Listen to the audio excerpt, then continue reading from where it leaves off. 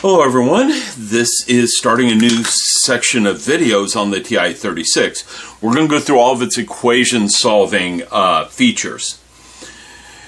Now, the first thing we're going to deal with are quadratic and cubic equations. I'm going to move the page up and down. That way we have a pretty good zoom on things, the important parts of the calculator, and it fits on the screen just right.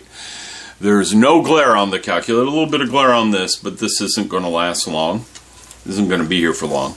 Now this is a quick reference guide. It has all the solvers right here on the quick reference guide. So I'm going to pick it up and put it up near the camera so we can get a better look at it. It talks about numerical solver. That'll be the third video I make on this. It talks about system solver. That's next. Right now we're doing the poly solver. There is an expression evaluation, but that I don't really count that as a solver. That's just typing an equation in and saying, well, x is 5, find it for me. Okay, that is useful. It may not seem useful, but it is, especially people with weak algebra skills.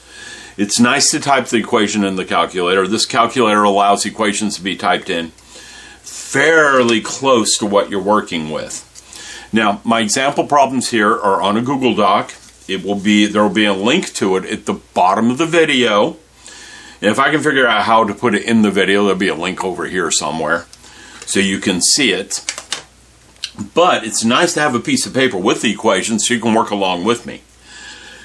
So let's turn the calculator on to find the solver. And I'm going to go ahead and move this a little bit. I'm going to slide the paper as I work. And let me go ahead and wrong direction. I always do that with the zoom. Let's zoom it in just a little bit and slide our paper over a bit so we can see the screen of the calculator.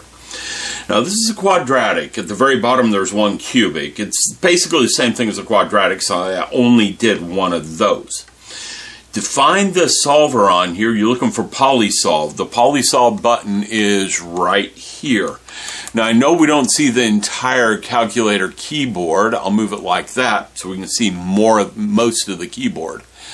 I'm not really worried about seeing the entire keyboard because you can see what I'm doing on the screen up here. All I'm going to be doing is typing in numbers. What's on the screen is the important part. But to get to the polysolver, you're going to hit second and then this button right here. So I hit second, polysolve. Now it gives you the option of doing a quadratic or a cubic. Right now we're doing quadratics. When I get to the last one, I'm going to drop down to this cubic, so I'm going to press enter. Now I want you to type in A, B, and C. Your typical quadratic equation, the first number is A, the second number B, the third number is C. Okay, so the number in front of the x squared is A, the number in front of the x is B, and the number at the end is C. Now you do have to include positive and negative signs, so on this one we're going to type A equals 6, B equals 11, and C equals negative 35. That's what we're going to type into the calculator. So for A I'm going to put 6, press enter. Then it immediately scrolls to B. It doesn't keep on the screen what you're doing, but you can scroll up and get back to A if you think you typed it wrong. If I hit the scroll down button, I'm back to B. I'm going to type 11, go down to C, and I'm going to type negative 35. And again, you can go up and review them, scroll back down. I'm going to hit solve, just scroll down to solve. And it tells me the first x is 5/3. And if I push that little button right there, it converts the fraction back to a decimal, so I see it's 1.66. If I press down, it gives me the second x is negative 7/2. Again, if I press that, it'll put it in a decimal. Okay? And that's all you do to solve these things. It's incredibly easy on this calculator. You just got to know where it is. Let me move my paper up a little bit. Don't want to move the calculator. Let me move my paper up to the next problem. Okay, so for this one, I'm going to press the down button on the calculator and press down a little bit. Right here, it allows you to solve x1 and x2 in one of the variables in the calculator in case you need a later equation. So if I were to come in here and put, I want to store x1 in x and x2 in y, okay, and the quadratic equation f of x, I don't need that. I can hit quit. Now if I hit the variable button, which is over here, right here, if I press X and press enter, it gives me x1. If I press it a couple of times so it's y, it gives me x2. And I can always hit the fraction button to convert it back to a fraction. Okay? So it will allow you to store the numbers for other reasons. So if you want to type an equation with x in, you could. Like if I put 2x plus 5 in here, it'll do 2 times 1.66 and add 5 to it. So you can use the variable, the stored answers in other things. Now let's go back to our polysolver, hit second polysolve. We're going to do a quadratic because that's still a quadratic.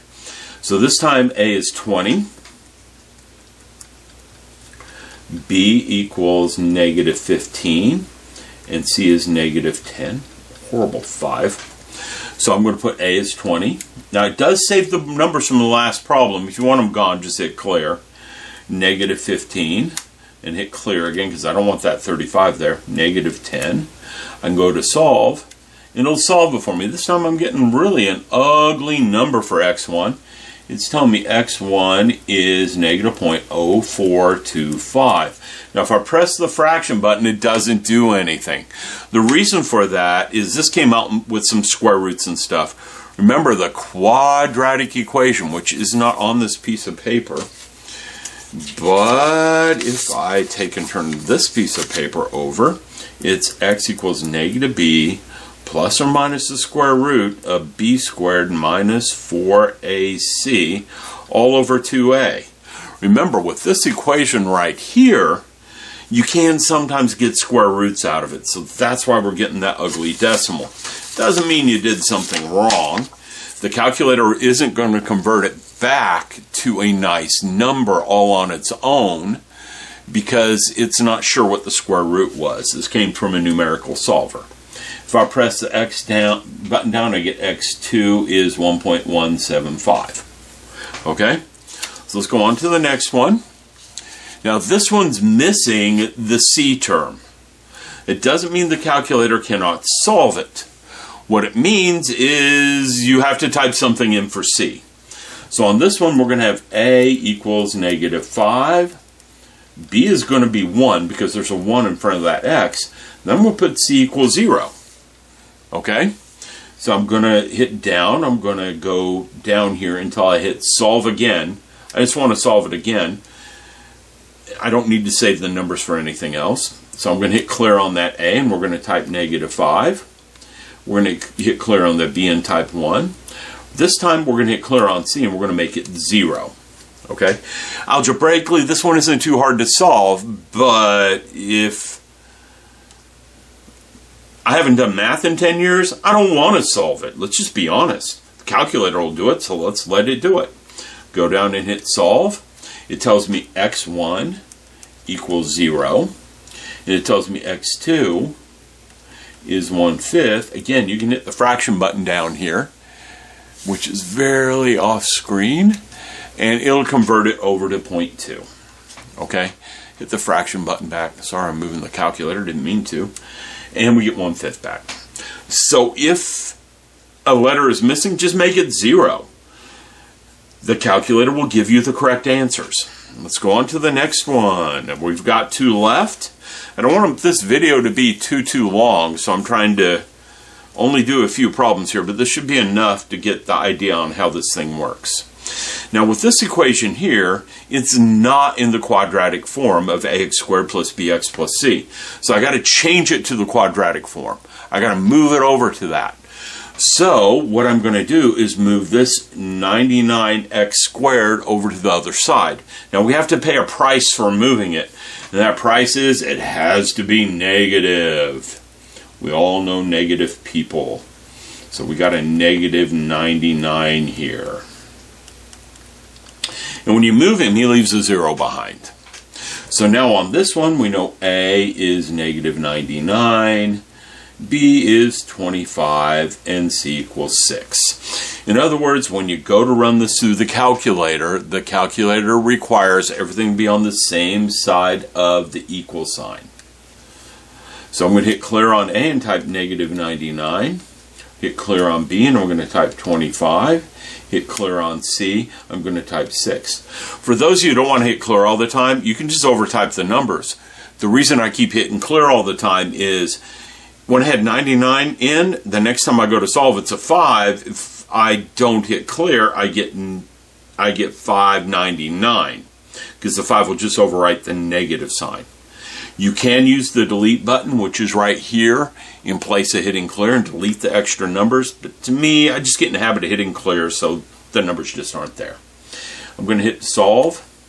And again, we're getting a decimal on this one. X1 is negative 0.15. Helps if I type, write down the 1. Press down. I get X2 is 0.403, doing a little bit of rounding. So what happens when we get to a cubic? What do I have to do there? Okay, well, it isn't any different. The calculator isn't going to behave all that much differently. Just when I get down here, I can't say solve again. I'm going to hit quit. I'm going to have to hit the polysolver again. So I'm going to hit second polysolve. This time I pick number 2 for the cubic. And in this case, I'm going to have to write out A equals B equals C equals D equals. They are in order, with the A being here, the B is here, the C is here, and the D is here. So in this one, A equals 1, B equals negative 6, C equals 11, and D equals negative 6. So I'm going to hit clear on A. Now, it's keeping the numbers from when you did the quadratic in here. It's because the internal memory of the calculator uses the letter A for both, and it doesn't know if you did it for quadratic or something else. So I'm going to hit clear there and type in 1. I'm going to hit clear on B and type in negative 6. I'm going to hit clear on C and type 11. Now, D I haven't typed in before, so it's got a 0 there. I'm just going to overwrite the 0. Then I'm going to hit solve. Now, when I hit solve, I'm going to get 3 x's instead of 1. The highest power on the equation usually is how many x values you're going to get. That's not always true, but you will get that number or less. So if this was x to the 5th, I should get 5 x's. But I could get 3, I could get 2. Just depends on the problem. This calculator can solve those in another way. We'll talk about that later. So right now I get x1 equals 3. I get x2 equals 2. And I get x3 equals 1. Okay? There's a quick rundown on how to use the polysolver on the TI-36. Now, I do realize there's going to be an awful lot of little videos on this calculator, but if I do a 2-hour video, everyone's going to get bored, fall asleep, and quit. It's math, for crying out loud. No one really likes this stuff. Well, someone does, or it wouldn't exist. But most people don't. So the videos are going to be short. They're going to cover one topic at a time. Okay? So expect a lot of videos on this calculator. They are going to be labeled, so you can scroll through and find the one you like. But I got a lot of features to cover on this thing, because this calculator can do an awful lot of stuff. And I'm going to try to cover all of it can do. Alright? So I hope you enjoyed the videos. If you like, subscribe. If not, well, it was good that you watched it this far.